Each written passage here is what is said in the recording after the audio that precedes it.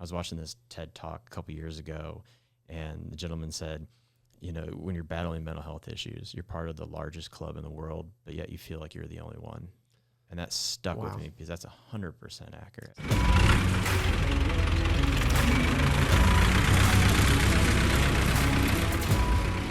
The sound of that tractor means it's time for us to go to work. You're listening to the Give Us a Dirt podcast powered by Hoopah Grading Company. My name is Brandon, and I am your host.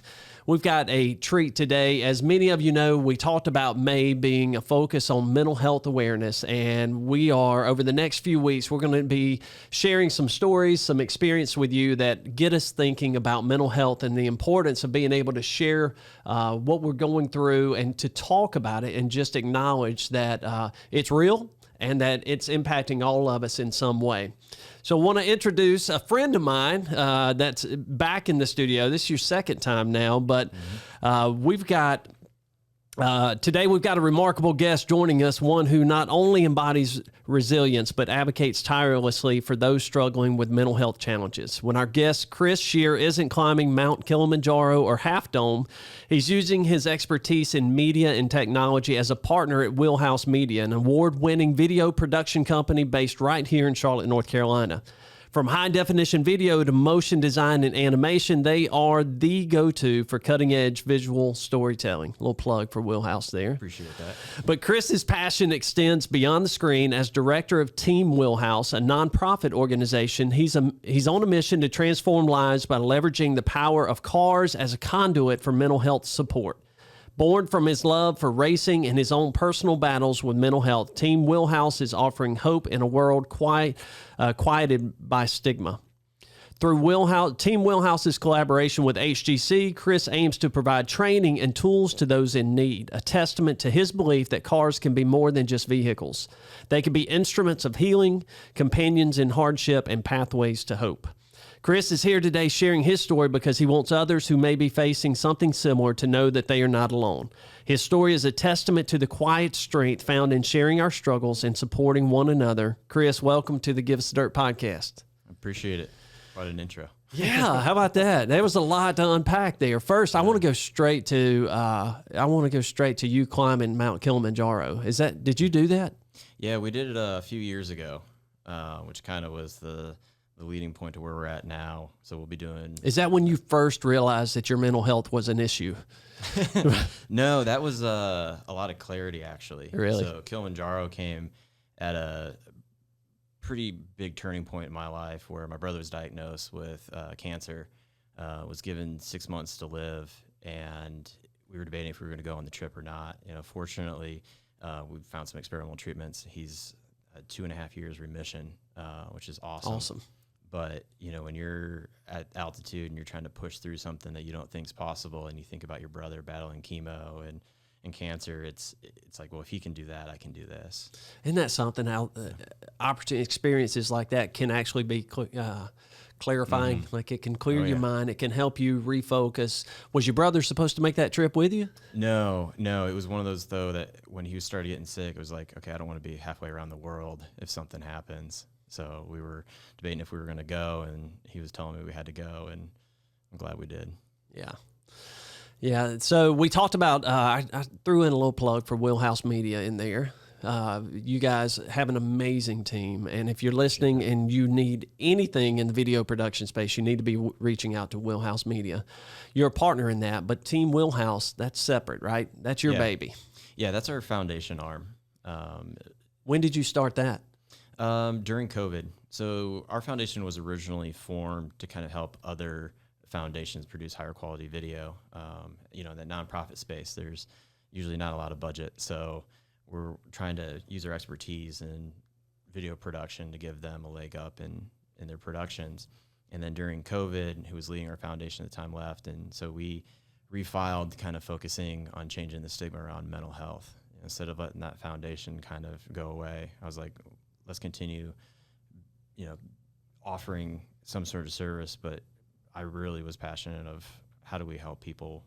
At the time, I was working 2 full-time jobs. I was a partner at Willhouse, but I was also working for a hospital administration and consulting firm. And, you know, I was burning the candle at both ends. And seeing what my brother was going through, I was like, why am I doing this? And so I quit one job to really kind of just focus on giving back. And I looked at kind of where I was at in life, what saved me in kind of the darkest times.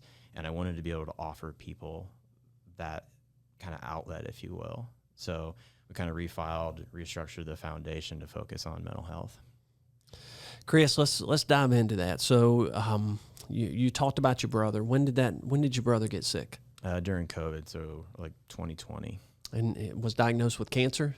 Yeah, large B-cell lymphoma. So he gets this diagnosis, and I'm assuming you guys were pretty close.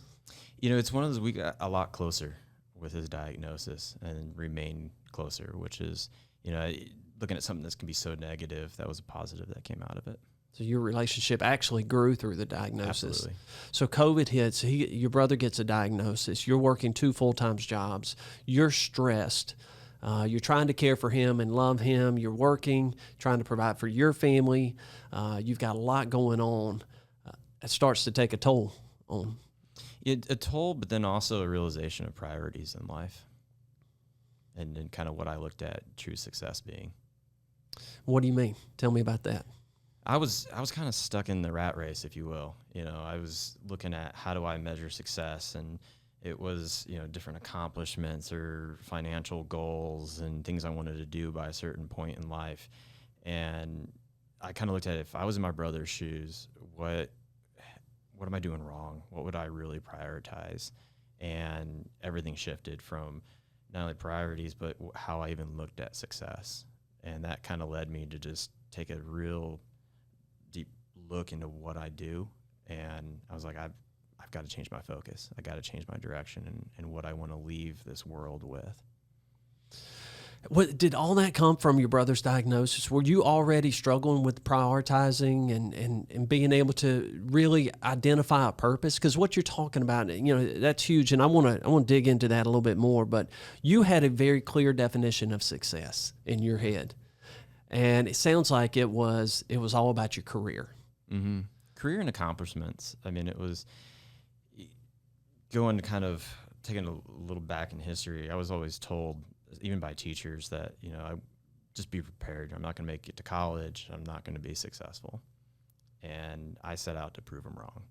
And I was so focused on what I thought was success, financially, different milestones in life, that I was kind of not enjoying the ride. I was burning the candle at both ends, and just to achieve goals that I thought were important that truly weren't. And not even, I mean, goals that were in place to prove somebody else wrong. Yep. Goals that were to show somebody, yes, I can do it. Yeah. And so you had that additional stress on you too that you were trying to overcome. Yeah. And working 2 full-time jobs is low sleep and lots of stress. So you're chasing this thing. You've got this concept of success in your mind, and you're chasing it, and you're in this relentless pursuit of success. Mm-hmm. Is your brother is that when it changed? Is that when you redefined success? That was the turning point for sure. That was where I looked at, okay, he's going through this. I'm working these jobs, going here, going there. And I immediately shifted to prioritizing family and being there for him through the whole experience. And I was like, if I'm going to go on this ride with him and be there for him, I can't be distracted and being on a laptop during his chemo treatments, or, you know, if we're driving to Cleveland Clinic and trying to figure out what diagnosis is next, or if I'm traveling for work and something happens and I'm not there. And I was just like, this is my priority, and just went all in. Wow. Chris, that's inspiring. And, you know, it's so many of us have those moments of reflection where we sit back and we say, are we really doing the right thing with our time? Are we spending time where we need to be spending time? Elizabeth and I went to a funeral yesterday for a dear friend. He was actually the one that hired me at Martin Marietta and brought me to Charlotte. And I thought the world of this guy. And I was sitting there, and it was an amazing service to honor him. But I got done with the service, and I realized nobody mentioned anything about his career. Nobody mentioned anything about work. They didn't mention anything about the money he made the company or the projects. It was all about his relationships. Yeah. And I walked out of there thinking, at the end of our day, Nobody's going to care about the videos that you produced at Wheelhouse. They're not going to care about the sites that we developed here at Hoopah or which job we got. They're going to care about how we treated people and our relationships with people. And it sounds like you got an opportunity and a gift of being able to realize that. But not only did you realize it, you acted on it. Yeah. And I think that's the biggest difference. It wasn't an easy decision, but one that I can definitely say I have no regrets making. So talk to me about what is Team Wheelhouse? So Team Wheelhouse started with the goal of being able to give people an outlet to kind of have that mental health conversation without needing to kind of really dive into a counselor or open themselves up. You know, I looked at it as, you know, when you go to car meets or you go to races, you can talk to a complete stranger about cars for hours. You know, you can talk about your aerodynamics or your motor build. And if you can talk to a stranger about cars for that long immediately, and if we can get people to start opening up about mental health and have that comfort, that we can really impact people's lives. I used to not be. I hid it for a long time. I hid my experiences, not only from my parents and my wife, but friends as well. Growing up, you know, I was learning disabled back then. They called a bunch of different things today, but I couldn't read, I couldn't spell, and that led to a lot of bullying through especially middle school and high school. And the bullying started leading to self-doubt, which then led to major depression and then some really dark thoughts. And this was when you were in high school? Middle school and high school. So it was one of those things that, you know, as you kind of really debate what you're going to do with your life, you know, when you're trying to find yourself, when you start having zero answers and look at yourself as a burden, your thoughts go pretty dark. And at that time, I was kind of starting to find cars and find enjoyment in cars. And that was my counselor. You know, I was like, I can't go get help. I can't talk to anybody about this. I don't want to be a burden on somebody else. So building cars was that kind of safety net, if you will. You know, it was the thing that I could do and feel at peace. And I met a guy that was building a sprint car and stuff, and he really took me in. And as we're working on engines and he's teaching me, you know, about different compression ratios and everything, I kind of opened up about what I was experiencing.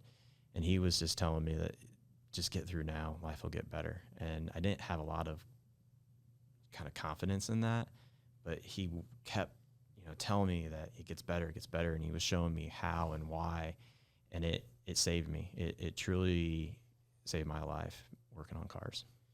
Chris, wow. That's powerful. Thank you for sharing that too. And how long did you carry that before you talked to someone? A lot of people didn't know until I started the foundation. So 20 years. You say dark years, dark times. And not all were dark, but you know, it got really dark in the beginning, and then I just kind of swallowed it and hoped it never came back. And things about depression is you don't know when it's going to come back, and you don't know how it's going to come back or how strong. And you need to have that kind of support system in place if it does come back and when. And you didn't have that. I mean, you mentioned there was no, I mean, you even said it. I can't talk to anyone. I can't share this. I can't go see anyone. So you truly felt like this was your burden to bear, that you couldn't talk about it. Why did you think you felt like that? I didn't want to bug people with it. I figured I'm in this alone, and you know, no one else is going to feel this way. Because, you know, I had both my brothers. One was a star athlete. They were both star athletes, and one was extremely smart academically. And here I was struggling with being able to not read and write, and wasn't the best athlete. So, you know, I'm looking at them being real successful through middle school and high school and then college, and here I am struggling the whole way through. And, you know, I didn't want to go to my parents. My parents were the most loving parents ever and always there for you, but I'm like, I can't go to them with this. This is embarrassing. And, you know, the trend back then, this wasn't my parents, but the trend back then was the man up, you know, kind of hide your emotions, if you will. So how am I supposed to put a burden on people with this? Wow. I imagine a lot of people feel those same or have those same thoughts that when they're dealing with that. I would imagine that's pretty common, especially in men. Yeah. Like you don't want to show that weakness. You don't feel like you can talk to anyone, and you don't feel like anybody really wants to listen. And to some extent, you're embarrassed by it. When you say that out loud now, what do you think? It's still hard. Part of our campaign is I am mental health. And we've got shirts that say I am mental health on the back, but the I am mental is emphasized. And you're still kind of self-conscious when you put that on. But that's the point of it. You're putting on this kind of display that you're open about it. And you don't need to hide from it because you're not alone. I was watching this TED Talk a couple years ago, and the gentleman said, when you're battling mental health issues, you're part of the largest club in the world, but yet you feel like you're the only one. And that stuck with me because that's 100% accurate. Say that again. I want our listeners to hear that. Yeah, it's when you're battling a mental health issue, you feel like you're the only one, but you're part of the largest club in the world, and you're not alone. That is so true. You shifted your focus to cars, and that was something that you began to find purpose in, and joy and hope and encouragement in. So talk to me about what that did for you and how that helped to pull you out of that cycle.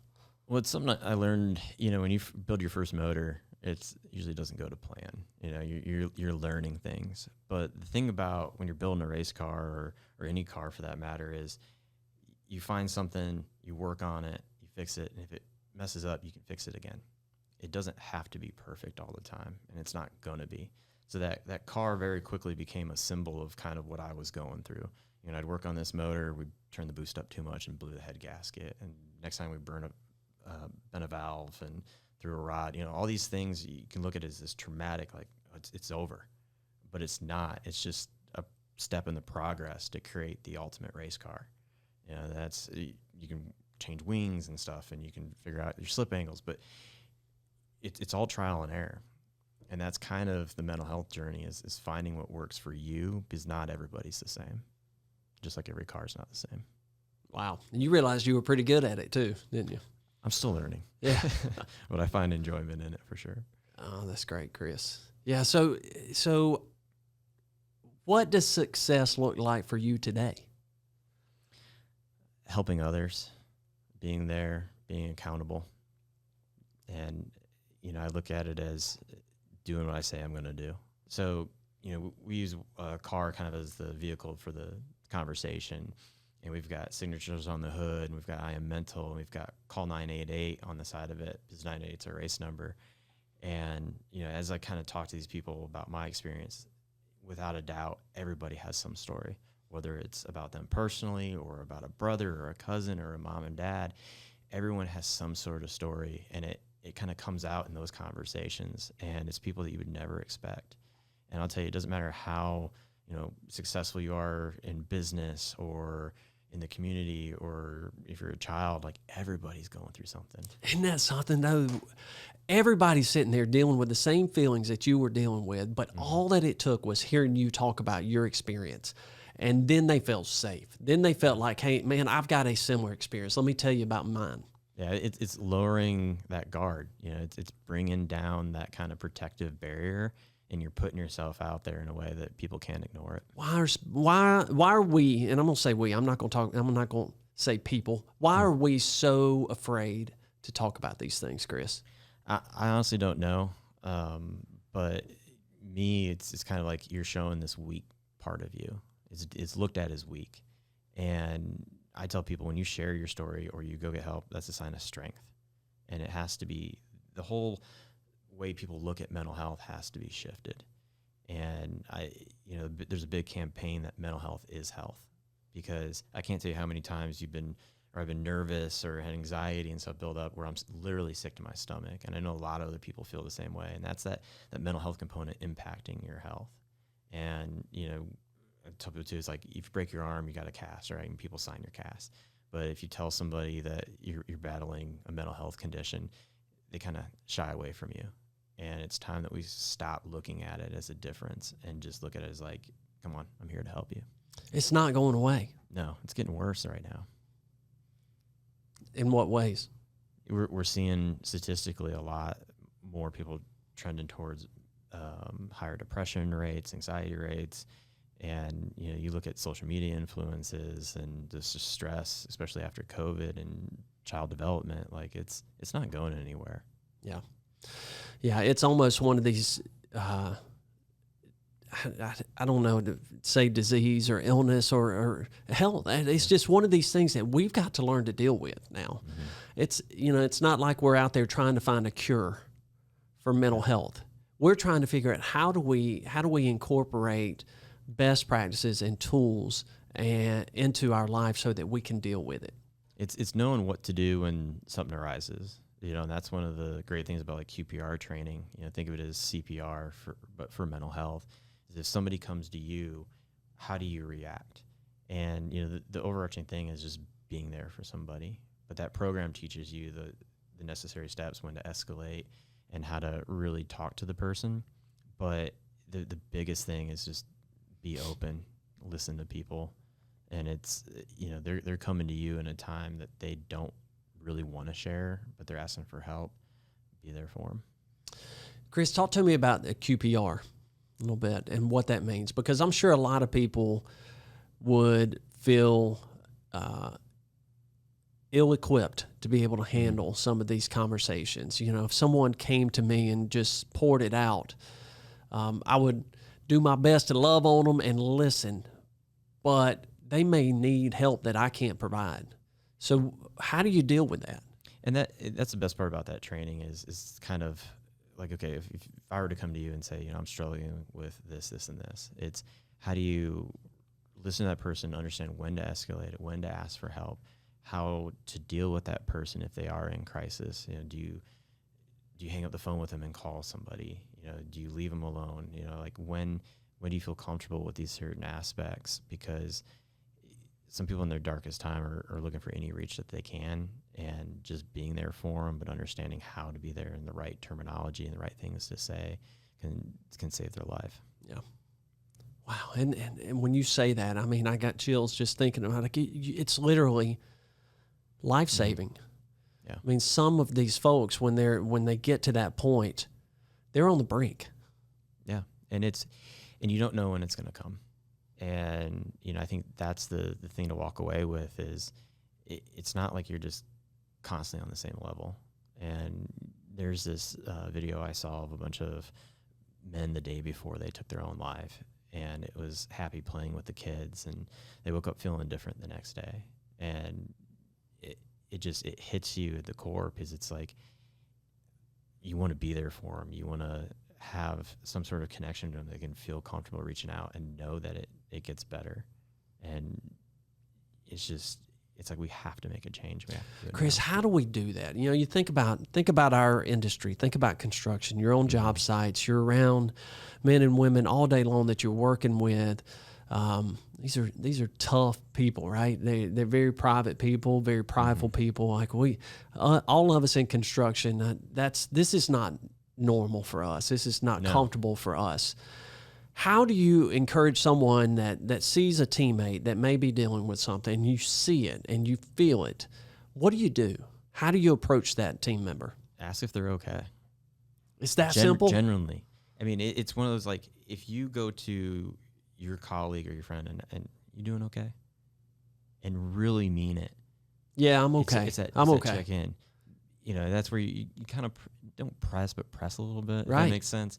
Because you work with this person every day, and it could be your brother, it could be your best friend. It doesn't have to just be a colleague, but you kind of know when they're off, and you check in with them, and you dive a little bit deeper, and well, I'm here for you.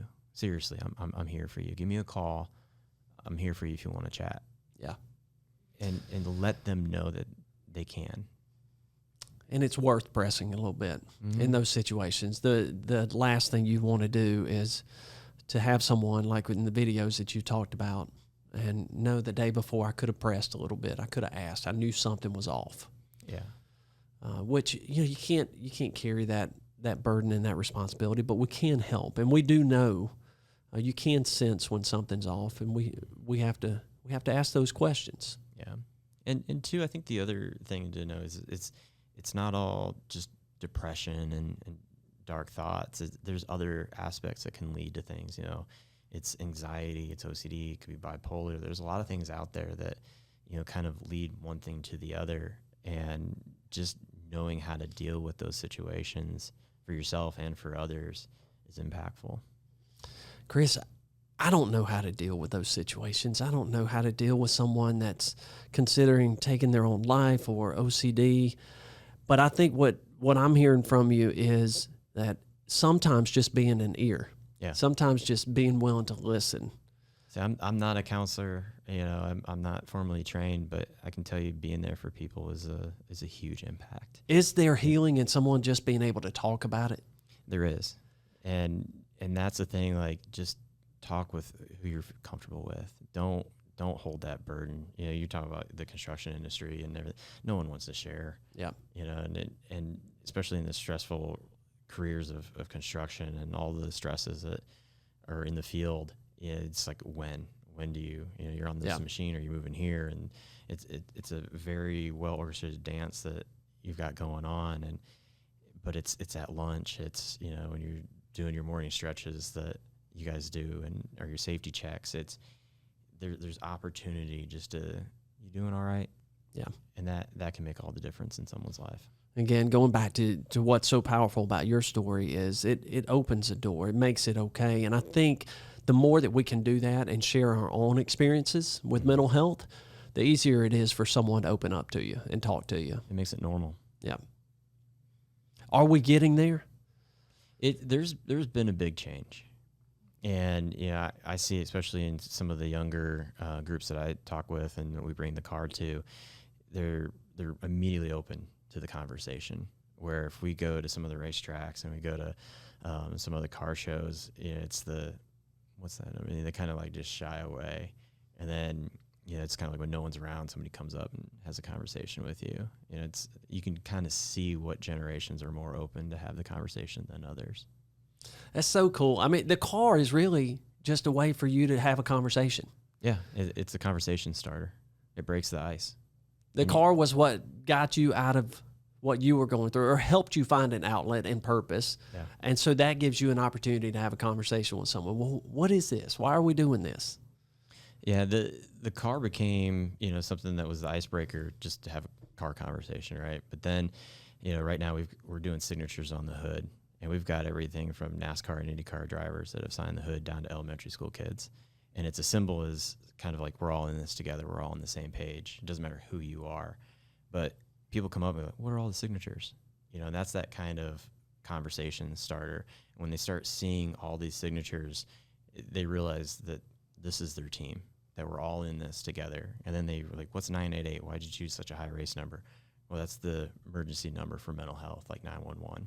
So you can't hide the mental health conversation if you want to have the car conversation. And car people want to talk about cars. Right. So you're kind of forced into this conversation. And the more you communicate, the more they open up, the more normal it becomes. That's incredible.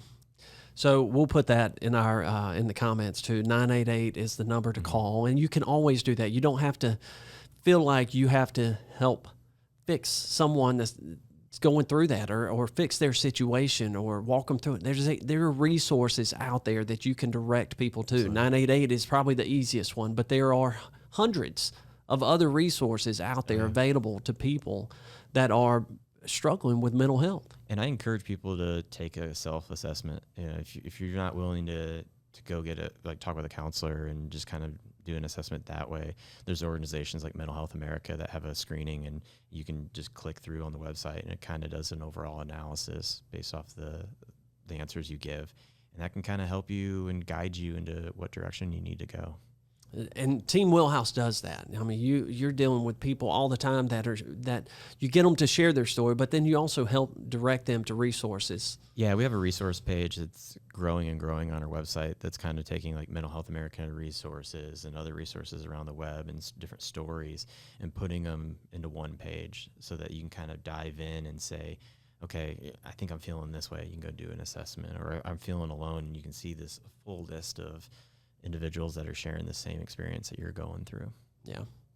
Chris, we've partnered with Wheelhouse Media. You guys have helped us with a lot of our training videos, and our team, our industry, you understand the dirt world.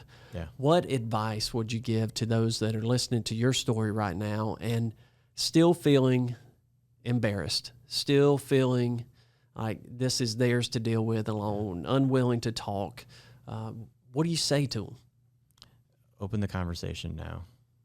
It's not something to be embarrassed by.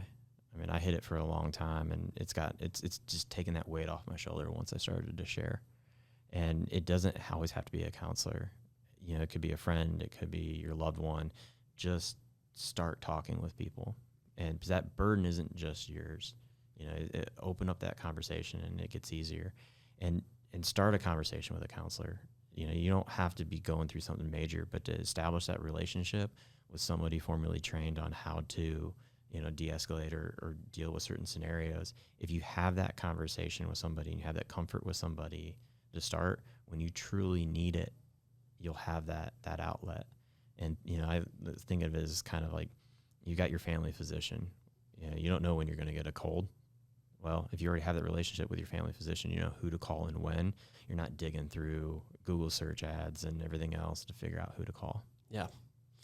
I think that's important. You know, as we're going through this series on mental health, we're going to get into a lot of ways that a lot of tools that can help you deal with that. But what I want our listeners to hear from this episode today is just start with talking to someone. Yeah. It can be a coworker, it can be a supervisor, it can be your spouse, it can be a friend in the neighborhood. Have the conversation, because and don't worry about anything else beyond that right now. Just focus on having a conversation with someone. And you'd be surprised when you open that conversation, the conversation you're going to get back. Because chances are the person you're talking to about your feelings, they're going to open up. Because you opened up, now their guard's down and they can share their story. Yeah, no one's going to sit there and hear your story of how you're struggling and say, man, you're crazy. Yeah. Man, that's weird. There's 100+ signatures on our hood. Not one of them, when they signed, was willing to share their story. And as soon as they hear a story, every one of them had a story. Every single one. Chris, I agree with you. I do think that the needle is starting to move. I think people are becoming more and more open to discussing this. I think we all, and I'll tell you, I mean, I deal with it myself. We've got, you know, my daughters struggle with it. My wife struggles with it. We're surrounded by it in some way. We got friends that are battling with it. We are all dealing with mental health challenges in some way. And I think it is the stigma is beginning to go away a little bit. Mm-hmm. People, because of hearing people like yourself, people that are willing to stand up and raise their hand and say, you know what, this isn't that weird anymore. What's weird is the ones that won't acknowledge it. Yeah. Like if you're not struggling with it, that's weird to me. Yeah, you're hiding it. Right. You're dealing with something. So talk about that. It is just as important, if not more important, than going to get your vitals checked, checking your blood pressure, checking your sugar, checking all of your other health levels, all your tests. Like this is just as important, if not more important. Because it's going to lead to those other things. If you're stressed all the time and you have anxiety, real high anxiety, it's going to change your heart rate. It's going to give you higher blood pressure. It's proven. You know, and so it's kind of like look at the cause of some of those things. It's not just how you're eating. It could be factors of, you know, how you're coping with different things going on in your life. So it's just getting to the root cause and get some help. Well, Chris, thank you so much. It's people like you are very inspiring to me to hear your courage and bravery to step out and actually share your story. I know that's not easy, but I hope that you find so much joy in knowing that you being willing to do that is helping others to deal with what they're going through. It goes both ways too, you know, kind of talking with HGC and everything you're doing here, you know, not only from your safety programs, but adding a mental health component to it now. You're definitely leading the way, not only with your business as a whole, but in mental health. So we appreciate it. Well, we are convinced that I don't know that we've got a greater issue facing our world and our team than mental health right now. And so we are all in on this. We're gonna deal with it. We're gonna talk about it. We're gonna come together over this, and we're gonna address it. And how is Team Wheelhouse what are you doing during May, Mental Health Awareness Month? Is there anything special or unique that you're doing over the next few weeks? A lot more activations during the month of May, just because everyone's kind of, sees it in the media and knows the month of May, but it's also letting people know that it's not just the month of May. Yeah. And that this is a constant thing and continuing the engagement. We're doing over 32 events this year on a large scale and reaching, tens of thousands of people. So we're out there and we're not hiding from it. And we encourage people to do the same. And these events are cool. Where can somebody come out and see, or they can check out what events you've got coming up? Go to our website, teamwheelhouse.org. We do everything from local cars and coffee engagements down to racetracks with SCCA and NASA. NASA? Race group, NASA. Oh. Yeah, not astronaut program. I was about to say, you're big time now. That's awesome. All right. Well, Chris, thank you so much. Again, it's great to have you in the studio. Thank you for taking time to share your story and really making this a big deal right now, because it is. And I hope that everyone that somebody out there that's listening to your story, it causes them to have a conversation today, that they go share something with a coworker, a friend, spouse, neighbor, but they open up and they start to talk about it. I appreciate you having us on.